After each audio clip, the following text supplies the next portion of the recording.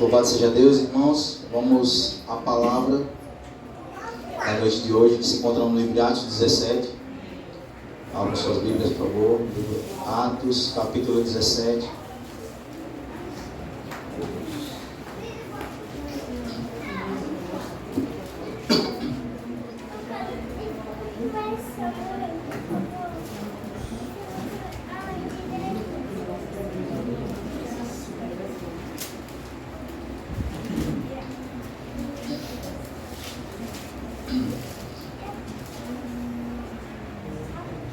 Vamos ler do 30 ao 34, mas o foco será só nos dois primeiros.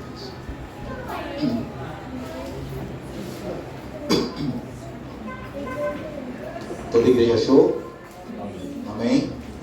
Que a igreja acompanha a leitura. Atos 17, do 30 ao 34, diz assim: Ora, não levou Deus os tempos da ignorância em conta os tempos da ignorância, porém notifica aos homens que todos em toda parte se arrependam, porquanto estabeleceu um dia em que há de julgar o mundo com justiça por meio de um varão que destinou e creditou diante de todos, ressuscitando dentre os mortos. Quando ouviram falar da ressurreição dos mortos, uns escarneceram e outros disseram: a respeito disso que ouviremos em outra ocasião. A essa altura, Paulo se retirou no meio deles. Houve, porém, alguns homens que se agregaram a ele e creram. Entre eles estava Dionísio, o Areopagita, e uma mulher chamada Damares, e com eles muitos outros. Vamos orar. Soberano Deus, eterno Pai, Deus Todo-Poderoso, graças te dou, Senhor. Obrigado. Peço em nome de nosso Senhor e Salvador Jesus Cristo, que o Senhor, meu Pai, ilumine a minha mente e meu coração. Ajuda-me, Senhor, a trazer a palavra do Senhor à tona. Que ela não saia simplesmente com palavras, mas seja em poder do Teu Espírito Santo ao coração de cada um de nós. Que, Senhor, por favor, que essa santa palavra, ela saia com poder. Como a mulher do fluxo de sangue, quando tocou as suas vestes, e o Senhor disse que do Senhor saiu virtude, nesta noite se faça assim também. Que a palavra do Senhor saia com poder. Usa este moribundo, este miserável pecador, aqui, para edificação da Tua igreja. Tudo isso para louvor da Tua glória. Em nome de Jesus. Amém. Louvado seja Deus. Irmãos, o tema da mensagem é: o tempo de arrepender-se é agora. Vou repetir. O tema da mensagem é: o tempo de arrepender-se é agora. Irmão, a pregação de hoje, vou fazer uma introdução rápida, não vai consistir em uma pregação, vai consistir em uma pregação temática. Vamos falar hoje sobre o fato de Deus, através da sua misericórdia, apresentar aos homens, ou chamar os homens ao arrependimento, apresentando a eles que o dia para isso é o hoje, o agora. Ou seja, o momento em que a pregação do Evangelho chega aos ouvidos de cada um deles. Este é o momento de arrepender-se. Já que o homem não sabe sobre o amanhã, nem tampouco conhece os seus dias, como descrito no Salmos 90, versículo 2, ensina-nos a contar os nossos dias, de maneira que alcancemos coração sábio. Ele deveria, ao ouvir o Evangelho, ouvir a pregação da palavra de Deus, arrepender-se dos seus pecados. Ao perceber que a ira de Deus está sobre eles, o próprio Deus notifica que não somente eles, mas o mundo tem um prazo de validade. Porque há um dia em que Deus se levantará do seu trono para julgar o mundo com um cetro de justiça. Quero apresentar a bondade de Deus, como também o seu juízo que virá a todos que rejeitarem a bondade de Deus na revelação do seu Filho, Jesus Cristo. Irmãos, essa é a introdução. Primeiro ponto da introdução: o homem precisa se arrepender dos seus pecados no exato momento em que ouve a palavra de Deus. E por que o homem precisa se arrepender no exato momento em que ouve a palavra de Deus? Porque o homem não sabe os seus dias. Salmos 90, como falei aqui, versículo 2, Davi vai dizer assim: ensina-nos a contar os nossos dias de maneira que alcancemos o coração sábio. A ideia do coração sábio aqui é obediente a Deus. Aí, literalmente, Davi está dizendo assim, olha, ensina-nos a contar os nossos dias. Já imaginou se o homem, eu vou chegar num ponto aqui que vocês vão ver, já imaginou se o homem soubesse a hora da sua morte?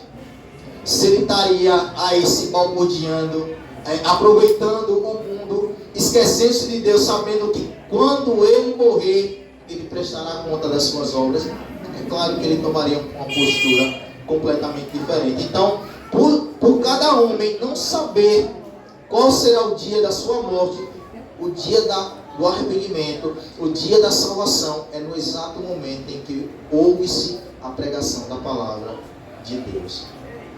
E que a omissão a isso, a negligência aos mandamentos de Deus, ou o derramamento, o sacrifício do sangue de Jesus, acarretará em juízo e punição eterna.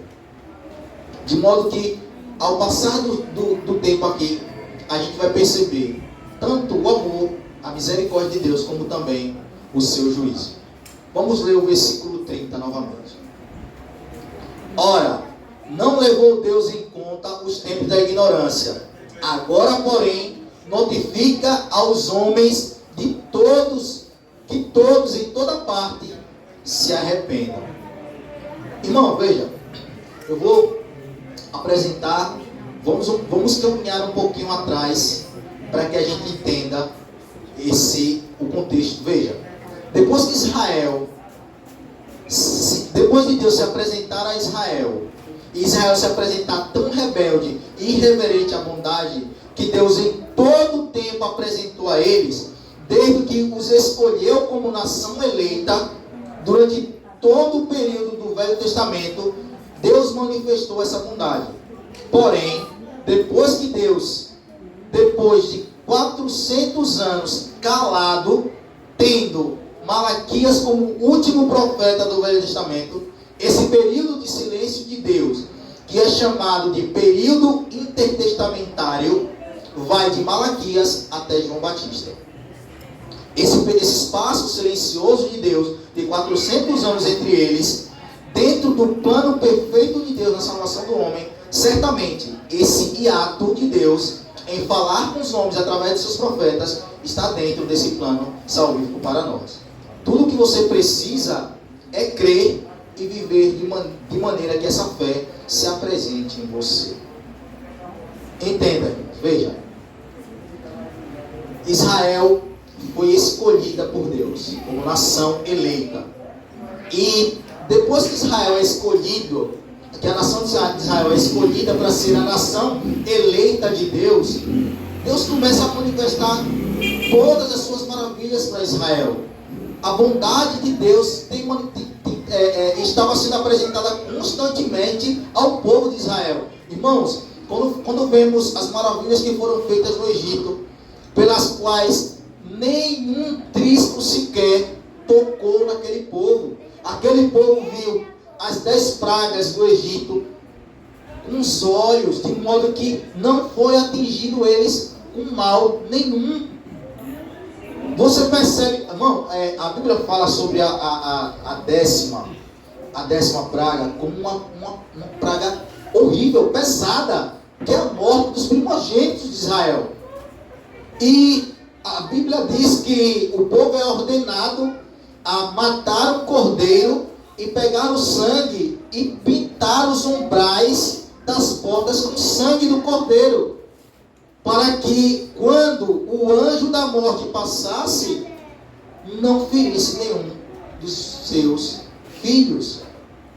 E Israel viu o gemido do Egito, as mães que gritavam de horror por terem perdido os seus primogênitos. E Israel viu isso olhando para os seus primogênitos. Israel viu os filhos do povo do Egito serem mortos por Deus, olhando para os seus. E durante todo o trajeto, sendo libertado, Israel era um povo que não tinha nada, era escravo, e saiu rico do Egito. E Israel não saiu com a mão na frente e a outra atrás. Além de Deus libertar o povo do Egito, Israel ainda saiu rico. Porque a Bíblia diz que os egípcios deram tudo, ouro, prata, um monte de coisa ao povo. E no deserto, passavam dificuldade, irmãos? O povo não passava dificuldade. Não confunda a ingratidão com improvidência de Deus. O que acontecia com Israel era ingratidão, mas nunca foi improvidência do Senhor. Eu nem sei se a palavra existe, mas como granconado eu estou inventando aqui. Deus sempre proveu aquele povo. A questão é que, olha, irmão, você tem noção, Deus libertou com as 10 pragas do Egito, tirou aquele povo com mão forte, mas só foi eles verem os cavalos e os carros do povo do Egito, que eles já estavam achando que Deus... Olha, Deus nos tirou de lá para nos matar aqui no deserto. Deus enviou 10 pragas, enviou Moisés, tirou aquele povo do Egito, para aquele povo dizer que Deus queria matar eles no deserto. Quando eles viram que estava de frente do mar.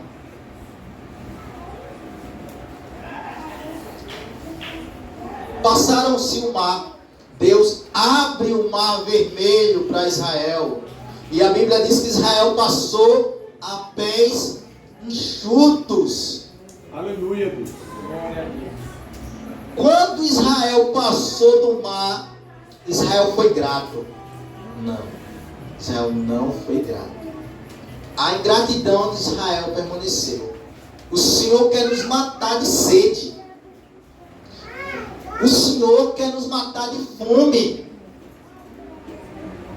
Porque a única coisa que tem para comer é esse pão velho. Não são minhas palavras, não.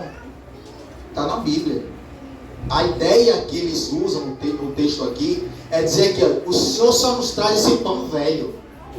Eles chamam o maná de Deus de pão velho.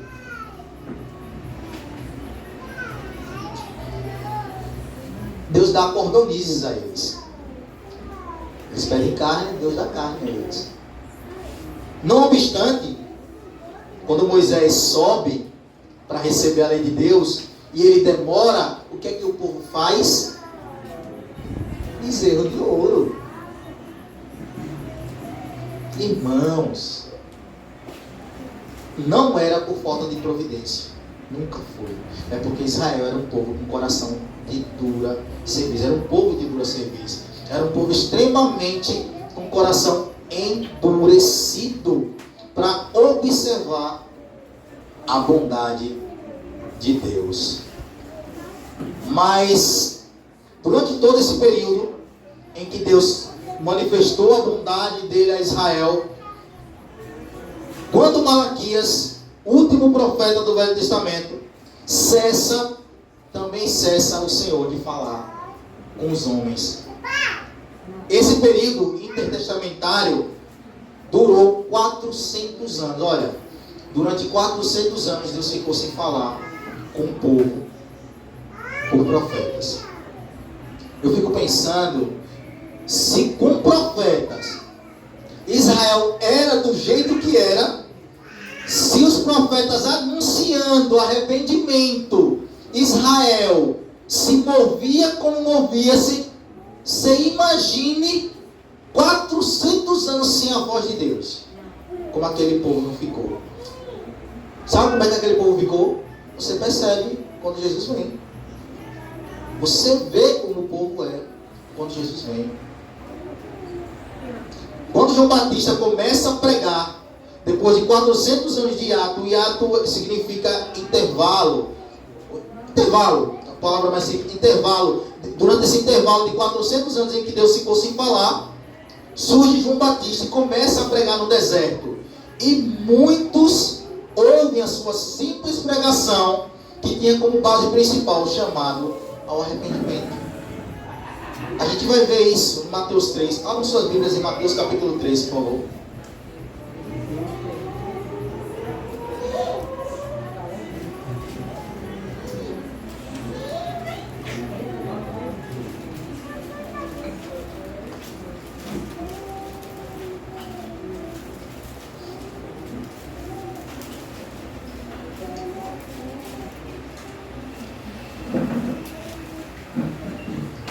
só os versículos 1 e 2. Amém? Vamos ler. Naqueles dias apareceu João Batista, pregando no deserto da Judéia, e dizia: arrependei-vos, porque está próximo o reino dos céus. Essa era a pregação de João Batista. Arrependam-se, porque o reino dos céus está próximo. O arrependimento é um pilar fundamental, sem o qual é impossível que alguém se chegue a Deus. Depois de 400 anos, João coloca fim ao silêncio de Deus, o que o envia ao povo para chamá-lo ao arrependimento, para que se voltem para o Deus verdadeiro. E muitos deram ouvidos a João. Muitos daqueles deram ouvidos a João. Vamos ler o versículos 5 e 6, a gente vai ver. Veja o que diz o versículo 5 e 6 de Mateus 3.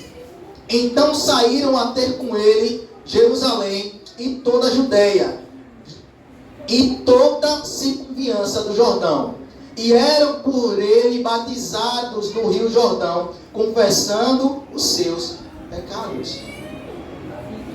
Aquele povo, ao ouvir a pregação, a mensagem de arrependimento de João, já movidos pelo Espírito de Deus, são batizados, confessando os seus pecados, que é o princípio do batismo. O princípio do batismo é a expressão pública de que você deseja viver para Deus, confessando e lutando contra os seus pecados. Esse sacramento representativo, mas que ao mesmo tempo importante, já que o próprio Cristo o fez, sendo ele mesmo batizado por João, nos dá o exemplo.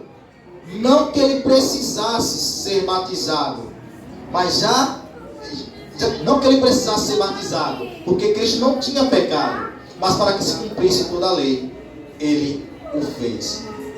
Sabemos que o batismo em si não é um meio para a salvação, mas um dos ritos pelos quais todo cristão deve passar. Veja, quando João Batista começa a pregar a mensagem do arrependimento de Deus, aquele povo, ao ouvir o profeta do Novo Testamento, o profeta da nova dispensação, João Batista, aquele povo ouve e vem ser batizado por João, confessando os seus pecados. Muitos daqueles, ao ouvir, se arrependeram dos seus pecados, creram na mensagem de João e foram batizados. Só que, irmãos, veja, eu não quero que os irmãos entendam mal. O batismo em si não é sinal de salvação. Não é. A gente vê as pessoas darem um significado ao batismo que ele não tem. Você já viu um ímpio que está afastado, que um dia frequentou a igreja, e você começa a conversar com ele e diz: eu sou batizado. Eu sou batizado. Como se ele tivesse alguma vantagem para os outros que não foram batizados. Ele não tem vantagem sobre os que não foram batizados. Pelo contrário, ele está em desvantagem, porque um dia esteve em um lugar que possivelmente pregou-se a palavra de Deus e hoje ele está no mundo aí fora. Então, o batismo não é um meio para a salvação, mas é um dos ritos pelos quais os eleitos, aqueles que são salvos, passam. Um exemplo é Simão. Eu já falei aqui em outra pregação sobre Simão. Simão Mágico. Simão Mágico ouviu a pregação dos apóstolos, creu, supostamente, e foi batizado. Mas vai dizer que, posteriormente, quando ele viu os apóstolos impor a mão nos outros para que recebessem o Espírito Santo, ele oferece dinheiro aos apóstolos para que ele também tivesse o poder de impor as mãos e os outros recebessem o Espírito Santo. Ou seja, o que é que a gente entende disso? Que o batismo de Simão não passava dele querendo tirar vantagem do Evangelho. Tudo que Simão queria era tirar vantagem da palavra de Deus. De que valeu o batismo? para Simão, já que Pedro disse assim: seja o seu dinheiro para a sua condenação, porque o seu coração está cheio de fel e raiz de amargura. Você não tem parte conosco nesse ministério. O batismo não quer dizer absolutamente que alguém está salvo, mas quando eu vejo o eunuco sendo batizado, eu creio na salvação do eunuco. O eunuco estava lendo Isaías e ele não estava compreendendo o que estava lendo, e o Espírito Santo translada a Filipe, e Filipe começa a correr do lado da carruagem e pergunta: você entende o que lê? E ele disse: como vou entender se não tem quem explique? E Filipe sobe na carruagem, explica para o eunuco, e o eunuco diz: o que impede-me de ser batizado? Ali está a água, ali está a água. E a Bíblia diz que ele desceu, e Filipe o batiza, e automaticamente Filipe some novamente da presença dele, e ele certamente saiu regozijado, alegremente, né, sendo batizado em nome de Jesus. O batismo não salva, mas ele é uma representação pelos quais os eleitos passam um processo que você quer passar, porque você sabe, quando você se converte ao Senhor, você quer expressar que você é de Cristo publicamente. Você quer que todo mundo saiba que você serve a Deus. Aleluia. Todos. O cristão, ele tem prazer em que todos à sua volta saibam que agora ele serve ao Senhor Jesus Cristo. Todos. Essa é a evidência da salvação, de que é a alegria de você servir, de você fazer parte da família de Deus. Inicialmente, Deus havia se revelado de forma especial, praticamente exclusiva aos judeus. Porém, através do seu Filho Jesus Cristo e do seu Evangelho, que se estendeu a todos os homens, a sua salvação, que estendeu a todos os homens a sua salvação, a grande comissão é enviada com o propósito de levar esse Evangelho a todos os homens e a todos os lugares, como está escrito em Marcos 16, 15 e 16. Vamos a ele, Marcos 16, 15 e 16.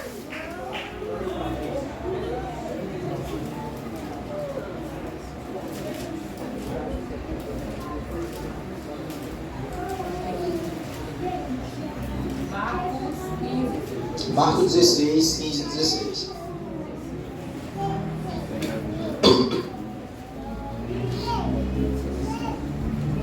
Essa é a grande comissão. Marcos 16, 15 e 16 vai dizer assim, todos acharam? Vamos ler. E disse-lhes: ide por todo o mundo, pregai o Evangelho a toda criatura. Quem crê e for batizado será salvo. Quem, porém, não crê será condenado. O texto de Marcos expressamente nos mostra que a misericórdia, como também o juízo de Deus. Porque diz: quem crê será salvo, e quem não crê será condenado. No Evangelho segundo João 3,18 diz assim: que quem não crê já está condenado, porquanto a ira de Deus nunca se apartou e nem se apartará dessa pessoa.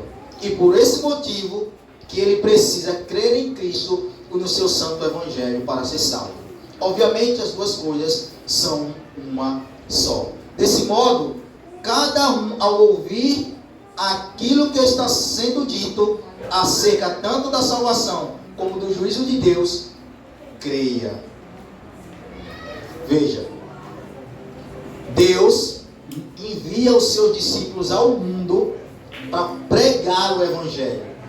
E o texto diz que, ao ouvir a palavra de Deus, todo aquele que crê e for batizado será salvo. Aqui não é o batismo das águas, viu? Aqui é o batismo com o Espírito Santo de Deus. Quando o texto diz: for batizado será salvo, é o batismo com o Espírito Santo. E o batismo com o Espírito Santo não tem nada a ver com como vemos em algumas congregações. Veja, o batismo do Espírito Santo acontece no exato momento em que alguém realmente se arrepende dos seus pecados. Entenda, vou repetir. Quando você prega ao pecador, como João Batista, arrependa-se, porque é chegado o reino de Deus. E essa pessoa percebe que a ira de Deus está sobre ela e que ela precisa de um Redentor, que ela precisa de um Salvador, e corre aos pés da cruz, converte-se verdadeiramente, como a gente falou inicialmente aqui. Essa pessoa automaticamente ela é batizada no Espírito Santo. Isso é batismo. Amém. Isso é o batismo com o Espírito Santo. É esse batismo que garante a salvação. Esse batismo sim garante a salvação. A conversão verdadeira que implica em receber o Espírito Santo dentro de nós, esse sim garante a nossa salvação. Mas todavia, aqueles que ouvindo a mensagem do Senhor não crerem, serão condenados. Mas é interessante que no livro de João ele vai dizer que aquele que não crê já está. Não é será. Marcos vai dizer será. Mas João vai dizer que essa pessoa já está. É como se Marcos dissesse assim, olha. Marcos fizesse alusão ao juízo que ainda há de vir, mas João já fala que aquela pessoa já está sob o juízo. Que a ira de Deus já está sobre ela, porque ela não crê no unigênito Filho de Deus. Não é que ela vai ser condenada, ela está andando e a condenação de Deus já está sobre ela. Isso é uma implicação muito pesada. E quando o homem olhasse, quando Deus abre os olhos dos homens, e quando eu digo homem, tanto homem quanto mulher, abre os olhos dos homens, é isso que ele percebe. Quem aqui, quando teve os olhos abertos, percebeu que a ira de Deus estava sobre você? Que você ia ser condenado ao inferno se você não cresce no Evangelho? Que é isso que vai acontecer com cada ser humano que não observar a palavra de Deus. E observar aqui é guardar, é aplicar. Lucas 24 diz assim, 46, 47, Lucas 24, 46, 47, 48 diz assim: e lhes disse assim: está escrito que o Cristo havia de padecer e ressuscitar dentre os mortos no terceiro dia, e que em seu nome pregasse-se arrependimento para a remissão de pecados, e que todas as nações, começando de Jerusalém, vós sois testemunhas dessas coisas. Irmãos, testemunhas de quê? Lucas diz que era necessário que o Cristo padecesse e ressuscitasse ao terceiro dia dentre os mortos, e que fosse pregado o Evangelho para remissão, ou seja, para salvação, para perdão de pecados, começando pela nação de Jerusalém, mas esse perdão chegou a todos nós, dos quais os apóstolos eram testemunhas. E que implica o fato de Lucas dizer bem assim: vocês são testemunhas.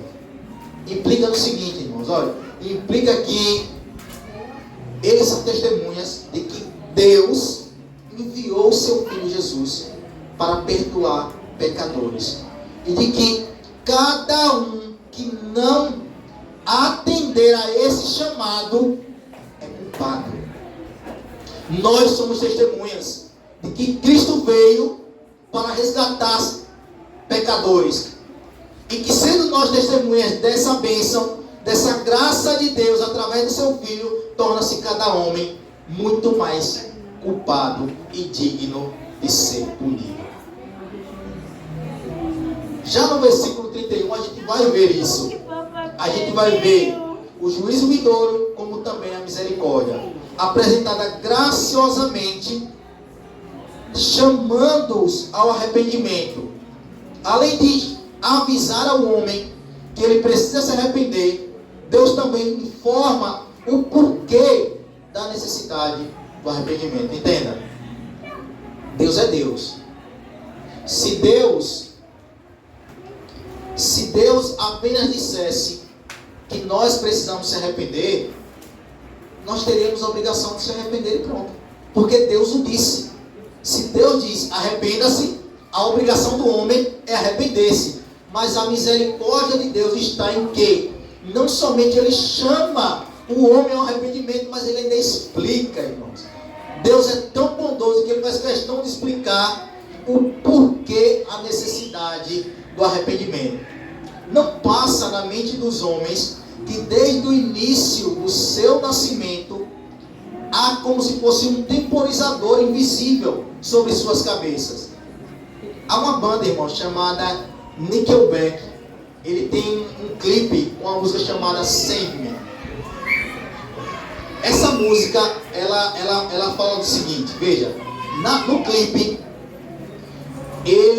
os homens, todos os homens, estão com os seus dias contados sobre as suas cabeças.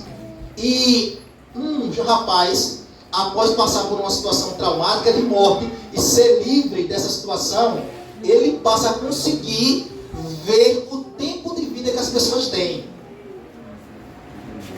E é interessante que quando ele estranha, né, no início ele começa a tentar pegar os números assim, e no clipe você vê os números, o tempo acabando das pessoas.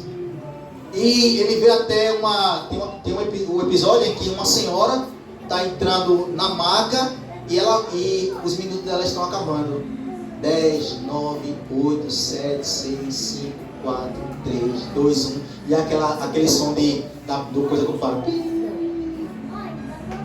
É exatamente isso, irmãos.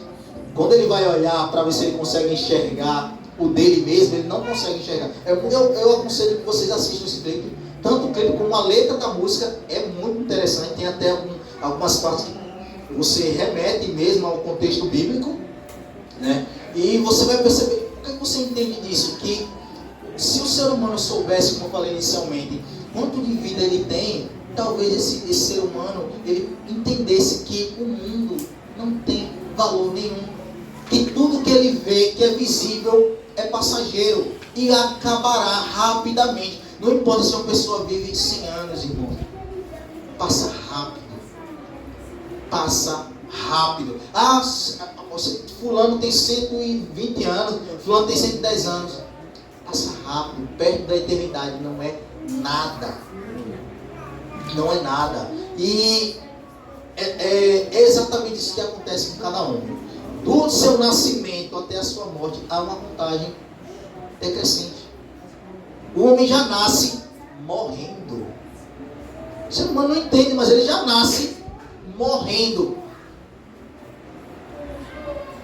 Se o ser humano tivesse esse entendimento de que talvez aquele fosse o último dia da sua vida,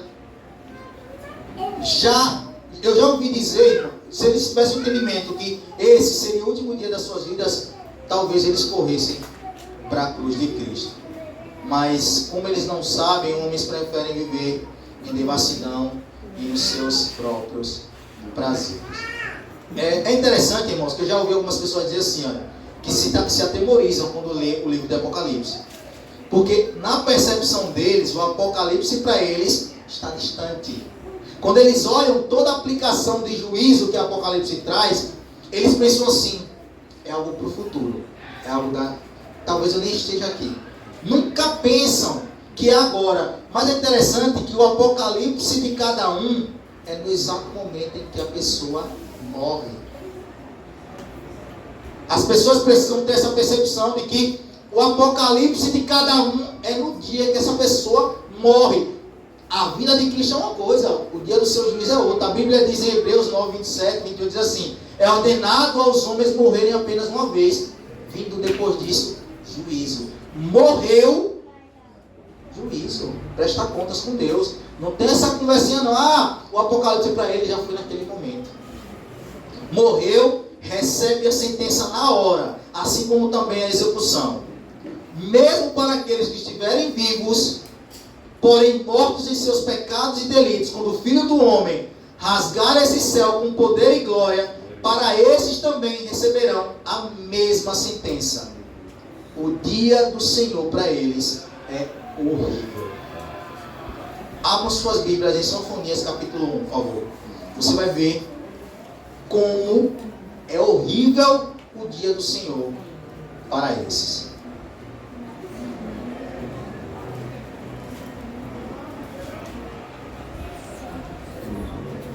Sinfonias, capítulo 1, o versículo 15 ao 18.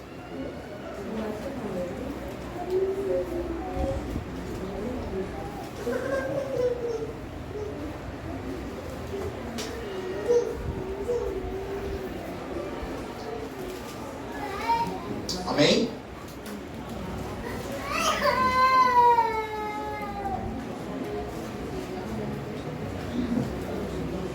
Vamos ler. Sinfonias. Entre Ageu e Abacuque. Sinfonias 1, do 15 ao 18.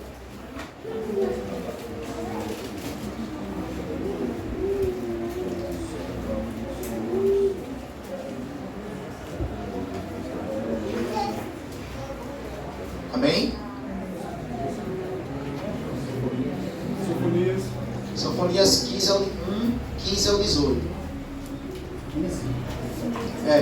Sinfonias 1, do versículo 15 ao 18. Amém? Deixa o irmão achar ali. É porque não é um livro tão lido, né? Amém? Vamos fazer a leitura. Aquele dia é dia de indignação, é dia de angústia, é dia de alvoroço, dia de desolação, dia de escuridade, dia de negrume, dia de nuvens e densas trevas, dia de trombeta, dia de rebate contra as cidades fortes e contra as torres altas. Trarei angústia sobre os homens, eles andarão como cegos, porque pecaram contra o Senhor, e o sangue deles se derramará como pó, e a sua carne será retirada como esterco. Nem a sua prata, nem o seu ouro os poderão livrar no dia da indignação do Senhor, mas pelo fogo do seu zelo a terra será consumida, porque certamente se fará destruição total e repentina a todos os moradores da terra. Irmão, quando eu li esse texto, eu tive medo. Não medo por mim, mas quando eu li esse texto, eu fiquei aterrorizado. Não por minha vida, porque ela está guardada no Senhor, mas por aqueles que não hão de crer no Filho de Deus. Irmãos, veja, aquele dia é dia de indignação de Deus, é dia de angústia, dia de alvoroço. As pessoas andarão alvoroçadas, agoniadas, desolação, escuridão, negrume, densas trevas. A ideia de densas trevas é a ponto de você conseguir tocar. E eles andarão cegos. Cegos por quê? Porque pecaram contra o Deus vivo. O sangue deles se derramarão como pó, e a sua carne será retirada como esterco. Nem ouro, nem prata poderão os livrar do dia da indignação do Senhor. Pode ser o homem mais rico que for, ele será pego nesse dia. As pessoas, irmãos, elas não têm noção de como é horrível para eles, como será horrível a volta do Filho de Deus. Eles não têm noção de como será horrível. Eu trarei angústia aos homens, eles andarão cegos. Dia de trombeta, porque todos verão o Senhor. Glória a Deus. Aleluia.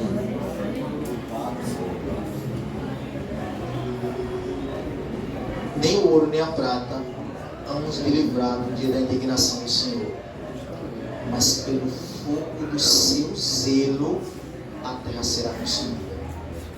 Quando eu digo que eu falo muito, eu uso muito o termo ódio aqui, né? Referente a Deus. O ódio santo de Deus, claro. Deus não odeia como os homens. Mas isso aqui não é ódio, não, irmãos. Quando Deus vai tratar com essas pessoas, Ele vai tratar na segunda perspectiva, do Deus do Filho. A perspectiva do tratamento de Deus para com os homens que não creram em Jesus é: eu dei o meu filho. Hebreus vai dizer que ai daqueles que pisaram aos pés o sangue do Cordeiro. Ai daqueles. Toda vez que você vê o termo ai nas Escrituras, é como se Deus tivesse uma lança fulminante. Ai daqueles que calcarem aos pés o sangue de Jesus. Calcar aqui é fazer pouco caso. É ouvir a palavra de Deus e não querer. Eu não quero Cristo, não. Não quero Cristo. Amós 5,19 diz assim: como se um homem que fugisse diante de um leão e encontra-se com um urso, como se entrando em uma casa, encostando a mão na parede, fosse mordido por uma cobra. Imagina um homem, irmãos, ao fugir de um leão, encontra-se com um urso. Inevitavelmente, todos aqueles que estiverem longe de Deus, tiverem negado Jesus Cristo com as suas obras, esse leão e esse urso representam a inevitável destruição de cada um deles, não tendo escapatória.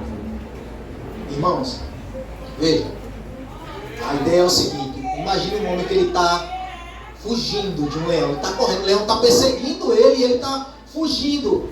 E ao conseguir fugir do leão, supostamente fugir do leão, ele dá de frente um urso feroz.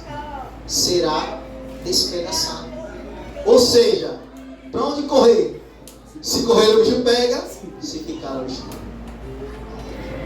É exatamente isso. O fato aqui é que os homens não terão escapatória de Deus. Não importa em que parte do planeta esse homem se esconda, o juízo de Deus o achará ali. Davi disse assim: olha, ainda que eu cavasse um buraco, lá o Senhor me veria. No abismo o Senhor me veria. Se eu tomasse as asas da alvorada e voasse para longe, lá o Senhor estaria também. Trevas e luz não fazem distinção para o Senhor. Não há diferença. Deus, a gente tem um louvor aqui que fala exatamente sobre isso. Eu ia trazer esse louvor hoje para a gente louvar, mas ele ainda precisa de um ensaio da gente aqui. Mas a gente vai louvar esse louvor um louvor santo, bíblico, para a glória de Deus. E lá ele fala que nem ouro nem prata pode comprar o coração. Diante de Deus, só a verdade. Diante de Deus, só a verdade. Eles não escaparão, porque o juízo de Deus naquele dia vai ser sem misericórdia, como diz Tiago capítulo 2, versículo 3. É claro que o texto fala daqueles que não agiram com misericórdia. A Bíblia diz: o juízo de Deus será sem misericórdia para aqueles que não agirem com misericórdia. É claro que o texto está falando deles, mas essa misericórdia aqui não é relacionada àqueles que já estão em Cristo e que exercem misericórdia para com os outros como resultado de terem entregado a sua vida ao Senhor. Assim como Cristo teve misericórdia deles, esses também têm misericórdia dos outros. Não é que o homem será salvo por praticar a bondade para com o próximo, porque não há justiça na bondade dos homens. Elas são trapos imundos. O que acontece é o seguinte, que todo homem, quando crê no Senhor, ele tem que ser misericordioso. É resultado dessa transformação gradual que Deus faz no homem. Você, quando se converte ao Senhor, automaticamente você vai se tornando uma pessoa melhor. Tem que ser assim. Isso é o que o Evangelho produzam frutos dignos de arrependimento. Então, não tem como alguém dizer que está em Cristo e essa pessoa não está crescendo em boas obras, não está crescendo, não está apresentando frutos dignos de arrependimento, da qual misericórdia é uma delas. Você não vai ser salvo pelas suas obras, mas essa mesma obra feita através de Jesus é uma representação de que realmente você foi acolhido por Ele, você foi adotado na família de Deus. É simplesmente isso. Nossas obras não passam de trapos imundos, não tem poder para a vida eterna. A misericórdia deve ser uma manifestação da bondade de Deus que já foi aplicada em você. O texto também diz que a misericórdia triunfará sobre o juízo. Esse mesmo texto de Tiago diz que a misericórdia triunfará sobre o juízo. O que quer dizer? Quer dizer que se você der ouvidos à palavra de Deus, receberá a misericórdia dele e não o seu juízo. Irmãos, eu quero encerrar falando o oposto.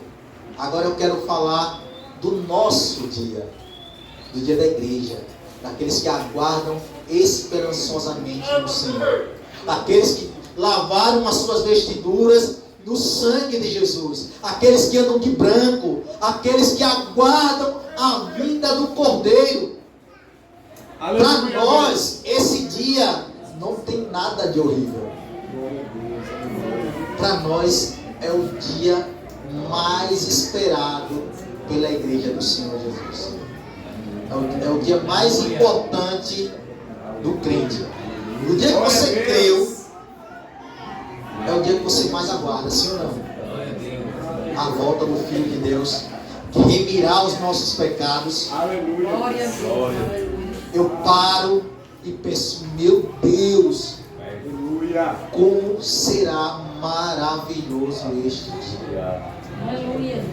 Como o seu povo se alegrará de uma maneira que nós nunca nos alegramos em toda a nossa vida. Aleluia. Nunca nos alegramos como iremos nos alegrar no dia do Senhor. Irmãos, pregue o Evangelho. Aleluia, Deus. Você que está ouvindo, creia no Evangelho. Você que vai ouvir, creia no Evangelho. Creia na palavra de Deus. Porque diferentemente do horrível dia para os ímpios, para nós é um dia de plena felicidade e alegria. E a gente vai terminar onde começamos. Salmo 118. Abra suas Bíblias em Salmo 118, por favor.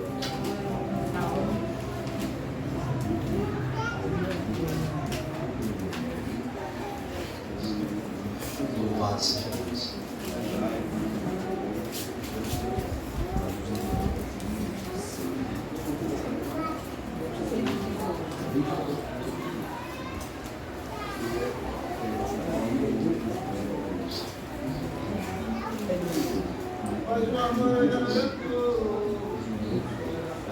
Amém? Do versículo 19 em diante. 19. Do 19 ao 29. Salmo 18, do 19 ao 29. 118. Salmo 118. O mesmo texto que a gente leu esse domingo.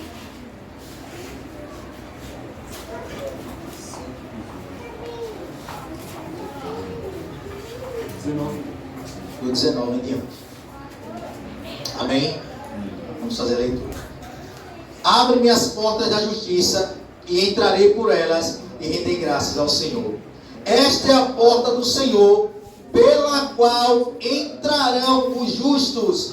Render-te-ei graças, porque acudiste-me e foste a minha salvação.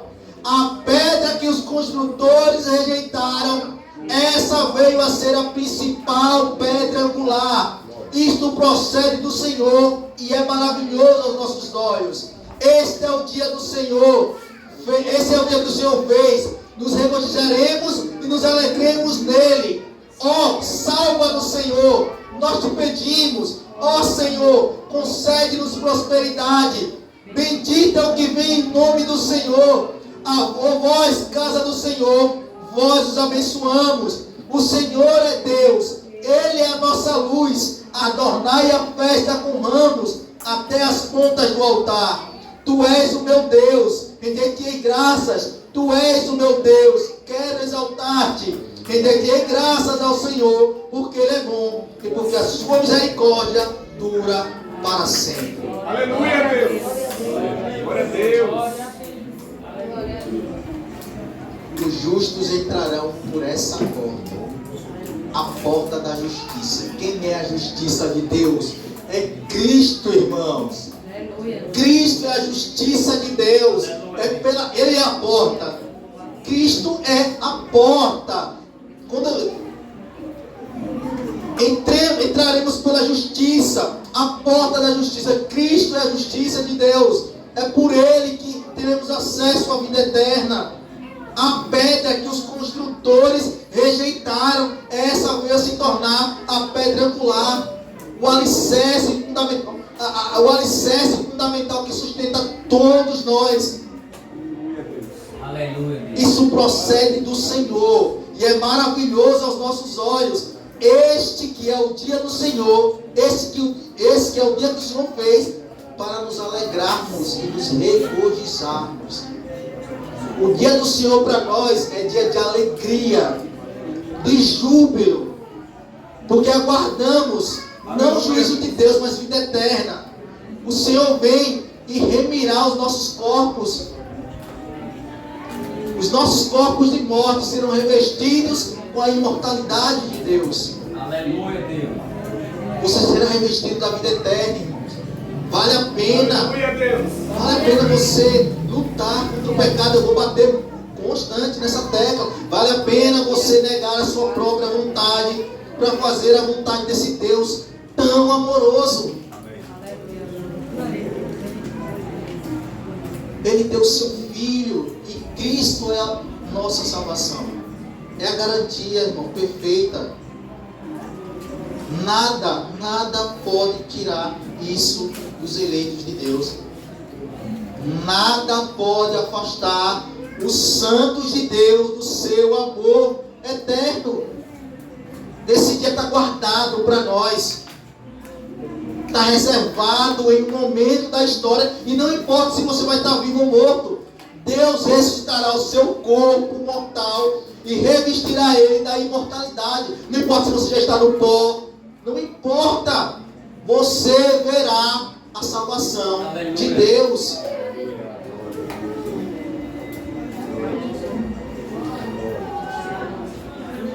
Alegremos-nos. Salva-nos. Te pedimos, ó Senhor. Concede-nos prosperidade. Prosperidade, irmão. A nossa prosperidade está no reino. É lá que acumulamos toda a nossa riqueza. É com Cristo que está guardado o nosso galardão, a nossa riqueza. Está nos céus, guardadas com o Senhor. Onde o ladrão não pode roubar e nem a traça pode comer. Bendito é o que vem em nome do Senhor. Vós outros, casa do Senhor, nós vos abençoamos. Nós somos casa de Deus, templo do Espírito Santo. Nós somos abençoados por Deus. O Espírito Santo passou a habitar em nós. E a Bíblia diz que o Espírito Santo é o selo do penhor da promessa. É a garantia de que um eleito jamais pode perder a salvação. Esse é o nosso dia, é o que nos aguarda. Não tememos Apocalipse, não tememos a morte. O crente não teme a morte. O crente quer viver, mas ele não teme a morte.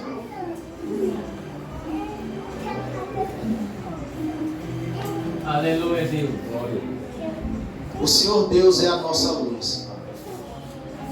Adornai a festa com ramos até as pontas do altar.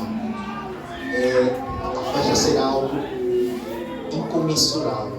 A festa das bodas do Cordeiro, que aguarda a igreja, onde a Bíblia diz que o próprio Cristo nos servirá.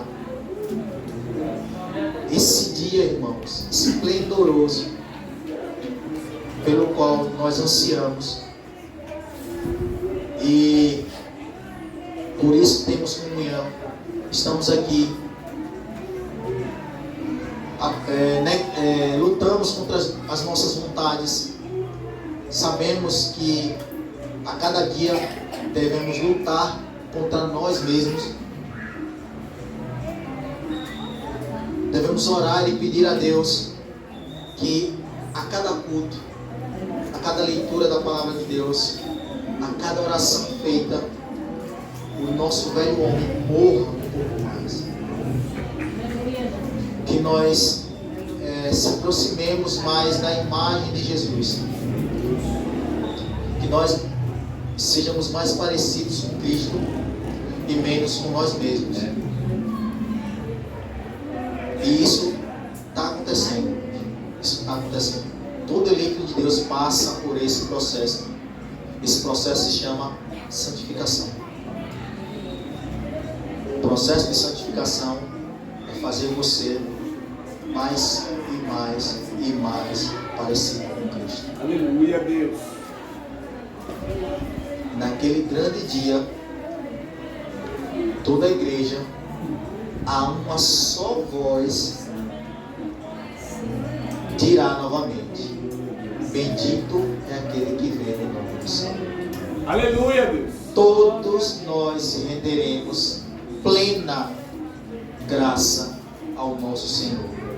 E lá será manifesto, de uma vez por todas, que Ele é bom e a sua misericórdia dura para sempre. Aleluia, Deus. Só Ele é o glória. Vamos ficar de pé. Amém, Deus. Aleluia.